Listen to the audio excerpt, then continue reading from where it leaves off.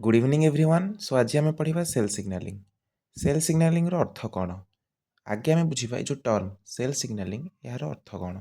Cell सिग्नालिंग अर्थ होउची आम शरीर में विभिन्न प्रकार कोष थाए जहाँ आम सेल बोली कहू। जिते सेल अन्य गोटे सेल गोटे थिबा सेल अन्य एक सेल को कौन सी प्रकार सिग्नाल देव किंबा से निजको सिग्नाल देव से अन्य सेल को भी दे पारे निज सेल को भी दे पारे सो डेट से किसी गोटे कार्य को प्रतिफल कर सेल सिग्नालिंग कह जाए। अर्थ एठी गोटे सेल 1 अच्छी एठी सेल 2 अच्छी। सेल 1 जो गोटे सिग्नाल टे दब से सेल 2टा से सिग्नाल को रिसीव कर ग्रहण कर हिसाब से कार्य आरंभ कर। तो देख यहाँ 4 प्रकार संभव पाराक्राइन ऑटोक्राइन जक्स्टाक्राइन आ एंडोक्राइन। पाराक्राइन अर्थ कौन। पाराक्राइन अर्थ हूँ गोटे सेल आ गोटे सेल बहुत निकटस्थ अच्छी।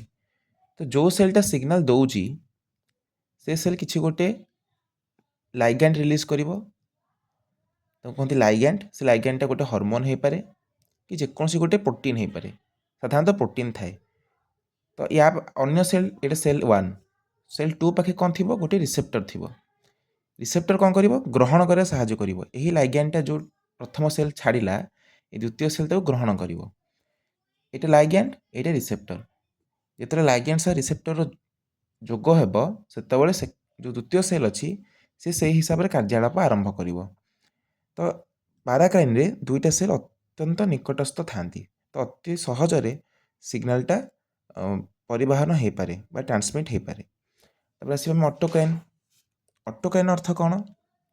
ऑटोक्राइन अर्थ गोटे सेल गोटे कोष गोटे लाइगैंड छाड़ा आ से लाइगैंड को से निजे ही ग्रहण कर निज पाखे गोटे रिसेप्टर अच्छी से ग्रहण कर लाइगैंडटा को से रिसेप्टर ग्रहण कर से हिसाब से कार्यालाप आगक आरंभ कर। तापर आस जक्स्टाक्राइन। जक्स्टाक्राइन कौन हम दीटा सेल परस्पर संस्पर्श थे। प्रथम सेलटी लाइगैंड को रिलीज कर छाड़ द्वितीय सेल पाखे रिसेप्टर थी से धर माने पूरा पाखे किसी विभिन्न दूरता नथिबो माने ये गोटे कोष ये द्वितीय कोष एम मझे किसी गैप ना ये लाइगैंडटा ये छाड़ा ये रिसेप्टर धरला माने फिजिकाली आटाच्ड होके अच्छा। एंडोक्राइनटा हूँ मुख्यस्थ सबुठ मुख्य भूमिका आम शरीर में अतिवाहित करे।